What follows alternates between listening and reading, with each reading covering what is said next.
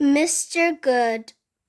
Mr. Good is very good. He always makes his bed, he always cleans his teeth, and he always wipes his feet. He never slams doors, he never forgets birthdays, and he never ever tells lies.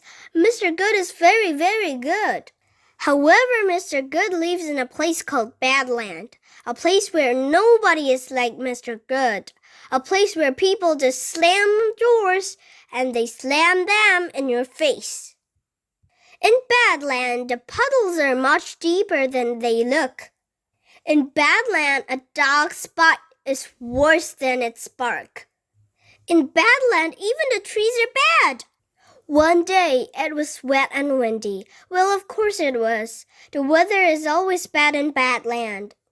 Mr. Good was walking alone, minding his own business. When the head of the man in front blew off, Mr. Good leaped in the air and caught it for him. The man turned around and glared at Mr. Good. "What do you think you're doing?" he thundered. "Give my hat back." Poor Mr. Good. This sort of thing was always happening to him. You see, the very idea of going a good deed in Badland was preposterous, unthinkable, mad. If Mr. Good offered to help carry shopping, he was accused of stealing. If he kindly held the door open for somebody, then he would be kicked in the shin. Not surprisingly, Mr. Good was not very happy. In fact, he was miserable. So he decided to go for a long walk to think about things. He walked for a very long time. He was so deep in thought that he did not notice how far he had gone. And he was so deep in thought that he accidentally walked slap bang into somebody. I'm so sorry, stammered Mr. Good nervously. "That's quite all right," said the man, and carried on his way.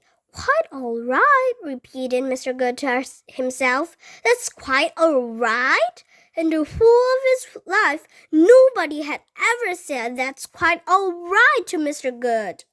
Then Mr. Good noticed that the sun was shining, which was strange, because the sun never shone in Badland.